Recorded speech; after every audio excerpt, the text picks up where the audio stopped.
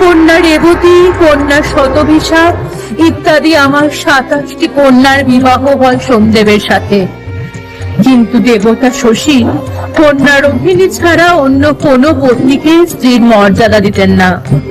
অন্য কন্যারা দুঃখে বেদনায় জর্জরিত হয়ে স্বামীর কাছে সকল কথা ব্যক্ত করে। তখন স্বামী চন্দ্রদেবকে সাপ দেন, সে সকল লোক পাবে। তখন থেকে রাত্রি হয় অন্ধকার আবৃত।